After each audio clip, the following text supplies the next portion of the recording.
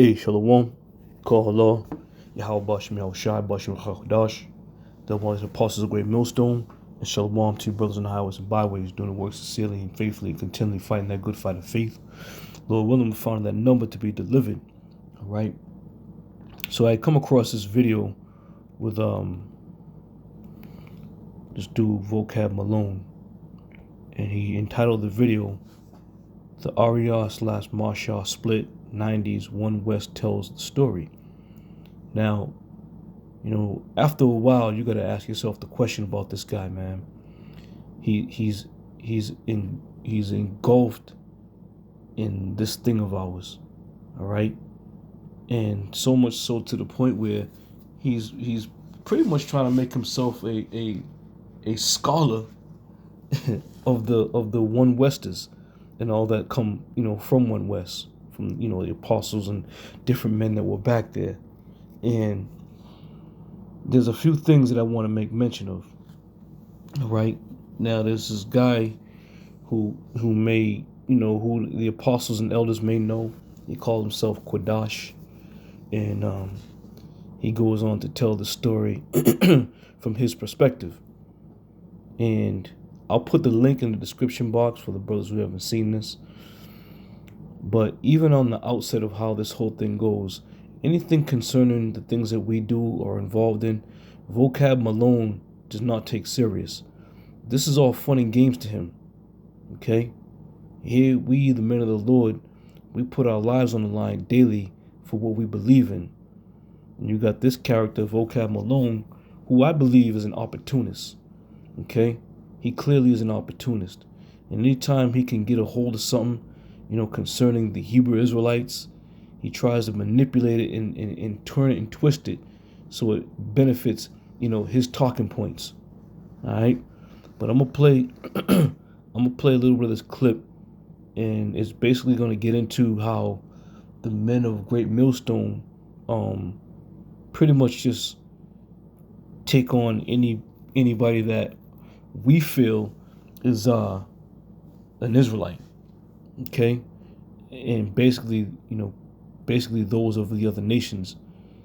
And again, we do things that are biblically sound and that are backed up by the scriptures. And this is what a lot of you men don't realize. A lot of you men don't realize that this is a highly spiritual thing we're involved in. And if you don't have the ability to spiritually recognize what's going on, then it's going to be foolishness to you too. All right? So without further ado, let me play this clip. I'm going to play a few minutes of it so you can kind of get a good base of what they're talking about, and we'll go to the scriptures from there. All right, so let me play this. Referred to as the coup? Yeah, I would say so. Yep. Okay. So what happens? There's a council, right? Well, one thing, the council didn't happen yet where they overturned Marshall.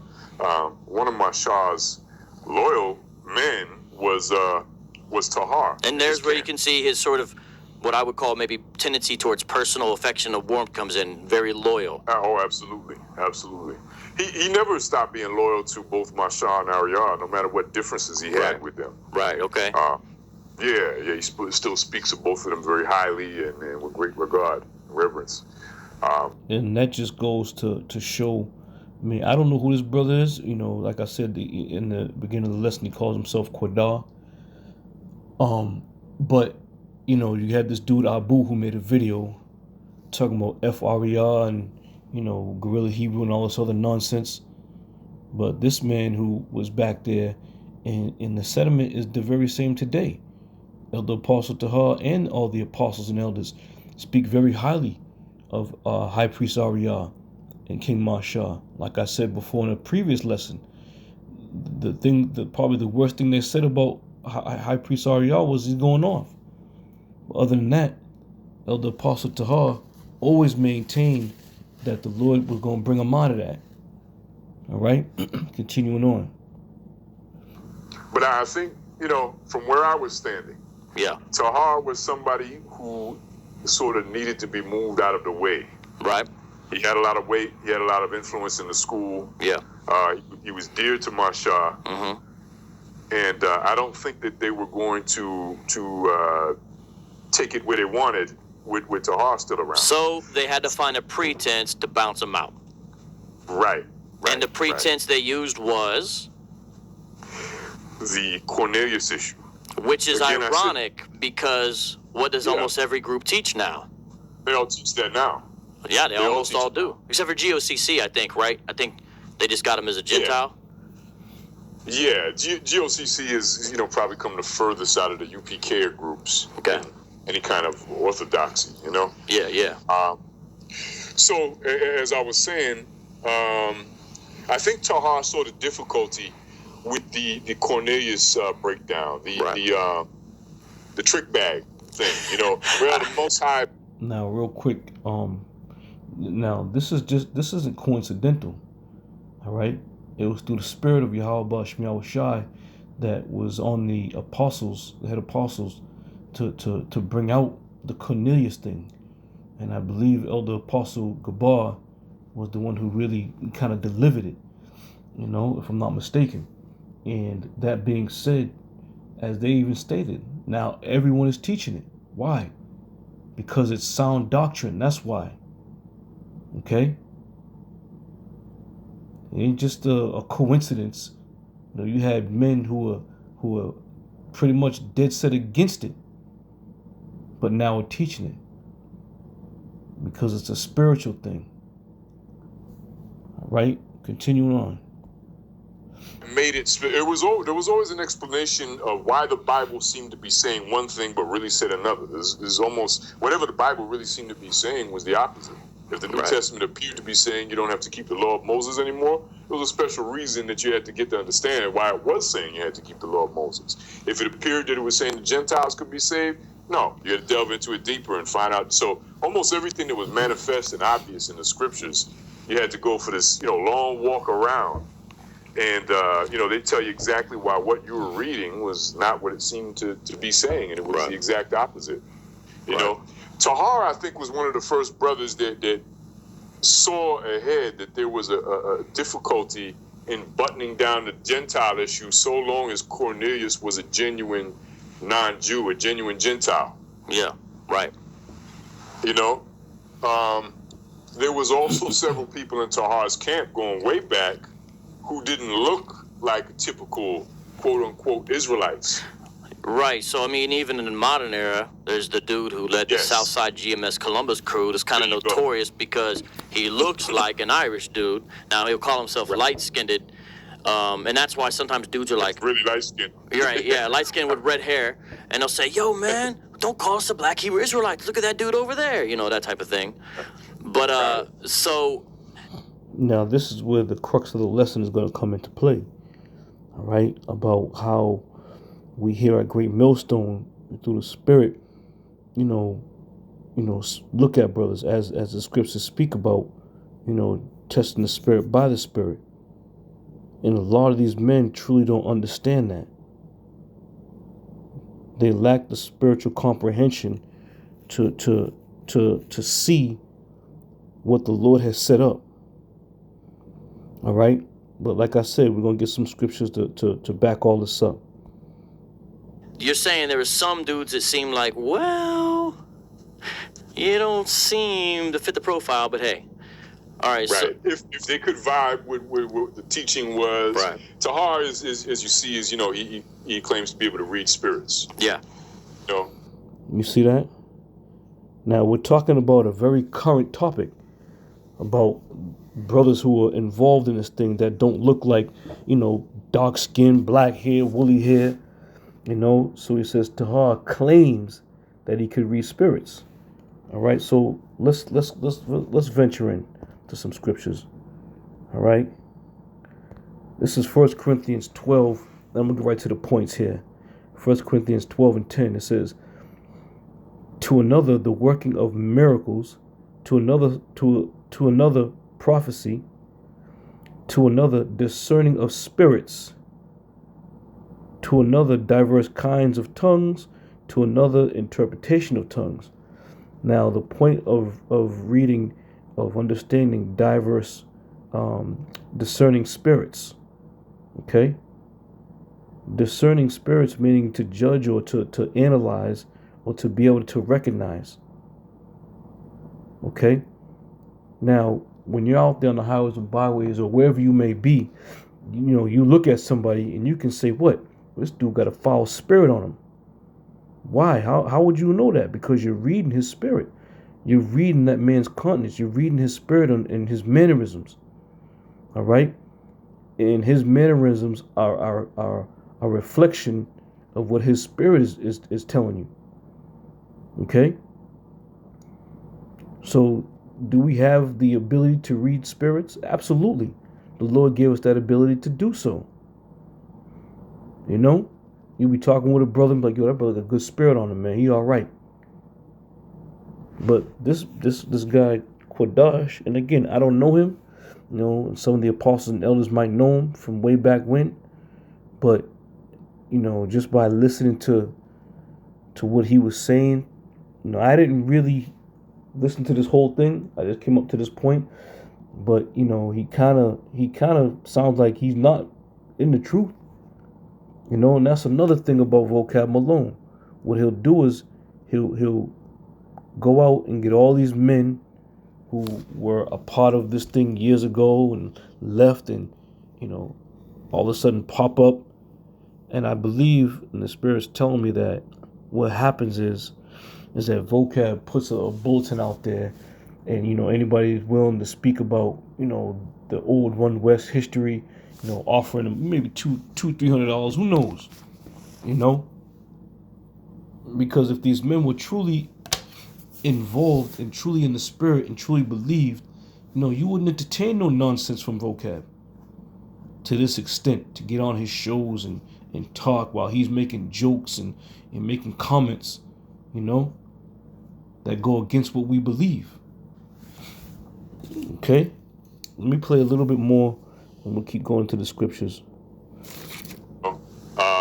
So, he exercises that if somebody's, if somebody strikes him as Israel, then boom, they're Israel. Leonardo DiCaprio in Tahar's book is an Israelite. Oh, he is Italian, Yeah, he likes his style, Yeah. Leonardo DiCaprio is a cool dude. So, we'll mark him down if we ever get a chance. He might be Jake. He might be Jake. Let me stop real. So he was just about to make a statement. If we ever get a chance, we'll put him through. He kind of got cut off. But let me get back to where the point is. All right. This is Matthew 13, and I'm gonna start at 24 and just read down a little bit. And this is right to the points. And it says, "In another parable put he forth unto them, saying, The kingdom of heaven is like unto a man which sowed good seed in his field. But while men slept, his enemy came and sowed tares among the wheat, and went his way. But when the blade was sprung up and brought forth fruit, then appeared the tares also. So the servants of the householder came and said unto him, Sir, didst not thou sow good seed in thy field? From whence then have it tares? And he said unto them, An enemy has done this. The servant said unto him, Wilt thou then that we go and gather them up? But he said, Nay, lest while ye gather up the tares, ye root up also the wheat with them. Let both grow together until the harvest.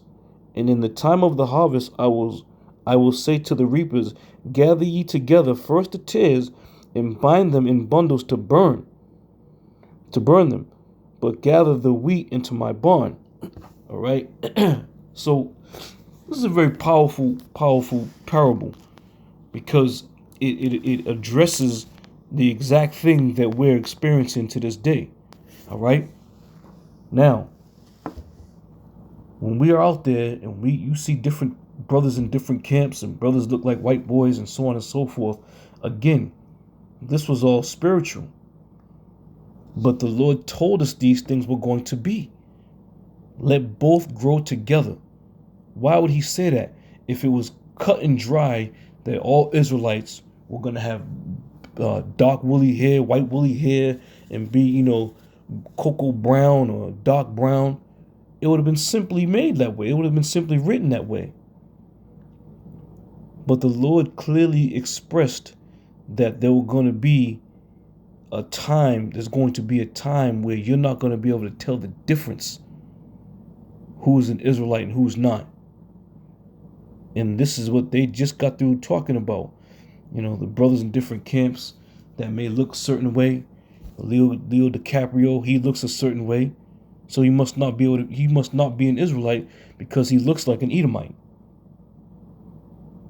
Okay? But again, being sound in the scriptures, as the scriptures are written in the book of Romans, all things were written for our learning. How do we know to let both grow together if it was not written, man? And this is why I believe the men of Great Millstone, from the head apostles on down, are the men that the Lord is dealing with. Because even this guy here himself said, Elder Apostle Tahar was the one that pretty much allowed, roughly paraphrasing what he said, allowed men to be involved in the camps that look like other nations. So it's a very powerful thing right now, what's going on, the things that the Lord is doing, and the things that the men of the Lord are understanding. Let me read that part again. Verse 30. Let both grow together until the harvest. Why would the Lord say that? Because the Lord himself even knows that we're going to have such a disparate, view on who looks like who, that we're not going to be able to determine who's who. And in the time of the harvest, I will send for the reapers, who are the angels, to gather together first the tares. So the Lord's going to have to send the angels to really decipher who's who and gather them up. But listening to guys like this, we're way out of our league. We're way out of our slot, if you will, because we got men in camps that look like the other nations. Let me bring it back a little bit.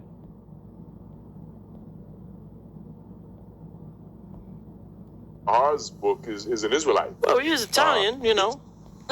As I was saying, I think Tahar saw the difficulty with the Cornelius breakdown, the trick bag thing. Where the Most High made it. There was always an explanation of why the Bible seemed to be saying one thing but really said another. There's almost whatever the Bible really seemed to be saying was the opposite. If the New Testament appeared to be saying you don't have to keep the law of Moses anymore, it was a special reason that you had to get to understand why it was saying you had to keep the law of Moses. If it appeared that it was saying the Gentiles could be saved, no, you had to delve into it deeper and find out. So almost everything that was manifest and obvious in the scriptures, you had to go for this, long walk around. And, they tell you exactly why what you were reading was not what it seemed to be saying, and it was the exact opposite. You know, Tahar, I think, was one of the first brothers that saw ahead that there was a difficulty in buttoning down the Gentile issue so long as Cornelius was a genuine non-Jew, a genuine Gentile. Yeah, right. There was also several people in Tahar's camp going way back who didn't look like typical quote-unquote Israelites. Right. So, even in the modern era, there's the dude who led the Southside GMS Columbus crew that's kind of notorious because he looks like an Irish dude. Now, he'll call himself light-skinned, and that's why sometimes dudes are like... really light-skinned. You're right, yeah, light-skinned with red hair, and they'll say, yo, man, don't call us a black Hebrew Israelites. Look at that dude over there, that type of thing. But, so, you're saying there were some dudes that seem like, well, you don't seem to fit the profile, but hey. All right. Right. So, if they could vibe with what the teaching was, Tahar is as you see, he claims to be able to read spirits. Yeah. So he exercises that. If somebody's if somebody strikes him as Israel, then boom, they're Israel. Leonardo DiCaprio in Tahar's book is an Israelite. Well, he is Italian, Yeah, he likes his style. Yeah. Leonardo DiCaprio is a cool dude. So, we'll mark him down. If we ever get a chance, He might be sit Jake. him do the... He might be Jake. Let me stop real. So Jake. Yeah. So you brothers get the understanding where I'm going with the points here. All right. So let's go. This is Sirach 27:9. It says, "The birds will resort unto their like, so will the truth return unto them that practice in her." Now, again, you got a lot of men who look like the other nations within the camps, and primarily Great Millstone. But again, the truth is returning unto them that practice in her. It ain't that hard, man. It ain't that hard to understand if you're in the spirit, if you're rolling in the spirit of the Lord. But again, it's all fun and games. Now I wonder if this dude is anywhere remotely close to being involved in the truth. And I find that a lot of men that go on his show have left and never returned back. But they surface because they think they have a story to tell. And Vocab is just so utterly obsessed with the Hebrew Israelites. That's all his. This is the only platform that he has to speak on, is the Hebrew Israelites. That's it. Without us, he'd be nobody, man. A nobody. But let's continue on. 1 Corinthians 2:14.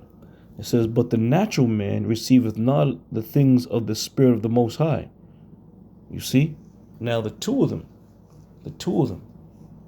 If you were back there at the One West, and again, I don't really speak too much about who was back at One West because I wasn't there. But I'm going to say this. If you was back there during that time, and you aren't, practicing in this truth, and you're not being a part of the awakening of Israel, then just keep your mouth shut, man. Making statements, he thinks he can read spirits, and like I said, man, the Lord is going to expose all this, all these men who profess themselves to be somebody of the old school. Okay?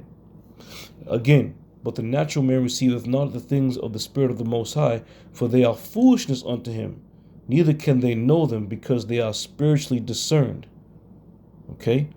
They are spiritually discerned, meaning spiritually recognized.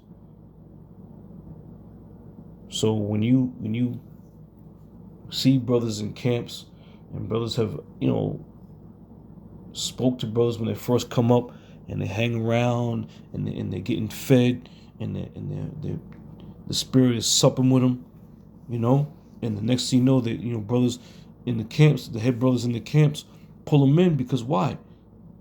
It was spiritually recognized. It was spiritually discerned that this man is an Israelite. And then now you come to the point where you may have a couple questions, but the scripture says what? Let them grow together.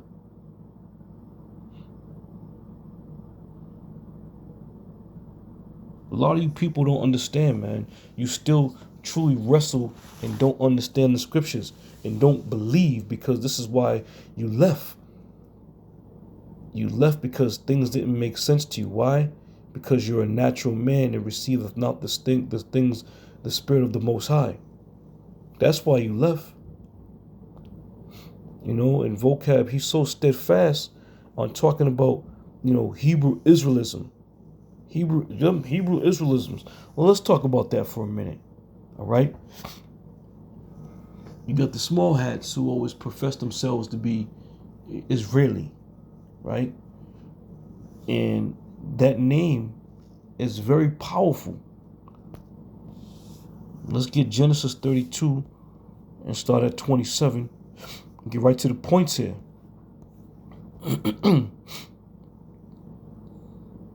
Matter of fact, I'll start at 24. And it says, "And Jacob was left alone, and there wrestled a man with him until the breaking of the day. And when he saw that he prevailed not against him, he touched the hollow of his thigh. And the hollow of Jacob's thigh was out of joint, as he wrestled with him. And he said, Let me go, for the day breaketh.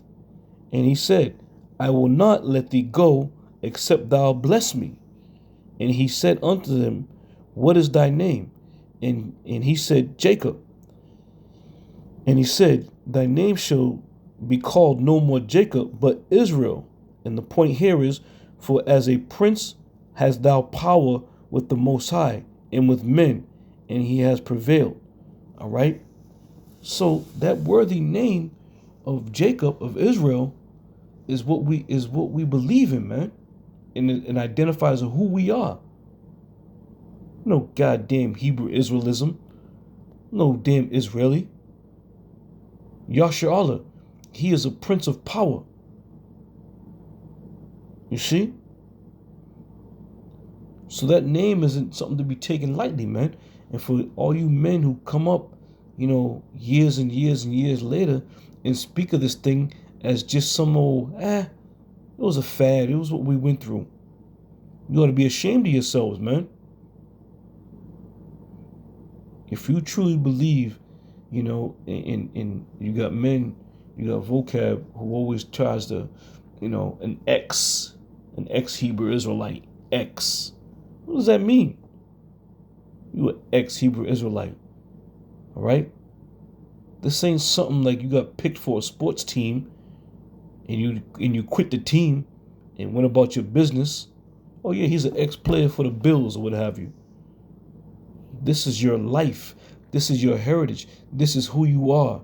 You can't erase this. All right?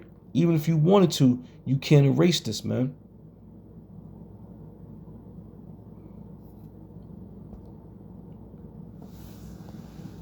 Yasher Allah, he is a prince of power. James 2:7. It says, Do not they blaspheme that worthy name by which ye are called?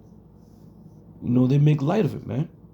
They truly make light of the name that we are called by in the trials and tribulations that our forefather Jacob, who turned into Israel, went through, man. And that's what burns me about a lot of you dudes, man. You've studied, you've read, you've understood, and at one point you truly believed. But it wasn't you that decided to leave. It was the spirit of Yahweh Shem Yahushai that decided to throw you out to the side, man. This thing is real. It's real. And I looked up the word opportunist. It says a person who exploits circumstances to gain immediate advantage rather than being guided by the consistent principles or plans. Vocab's not guided by the consistent principles. He's just looking to make himself look good by trying to use any and everything concerning the Hebrew Israelites to gain fame, to gain notoriety. Shit, even to gain for financial gain.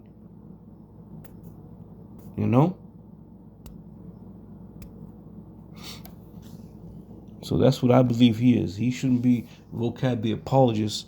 He should be vocab the opportunist.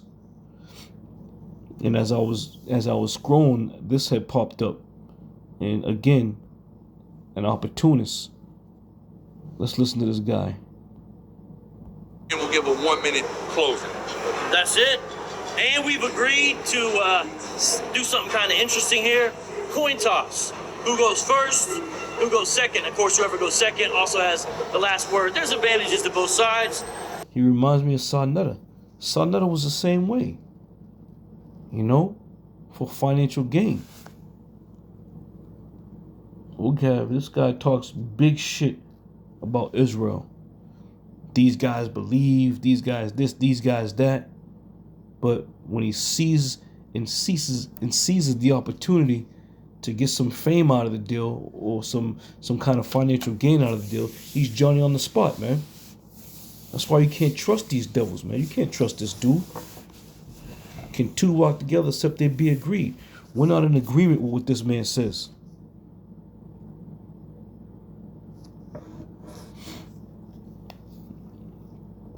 Definitely not in agreement, man. make sure I hit everything I want to hit. But all in all, you know, James, Corinthians, you know, all in all, you know, going back to this video, I'll put the link in the description if you brothers haven't seen it. But again, vocab is just having a good time, you know, using this man's, you know, knowledge of what he knew back then to make, you know, to make light of certain things, to laugh and giggle, and, you know, to bring up shit that has no relevance anymore. You know? And this man, you're not on the highways and byways, you're not teaching, you're not doing anything. So nobody wants to hear anybody's 2 cents that ain't active, man. It's short for Jacob.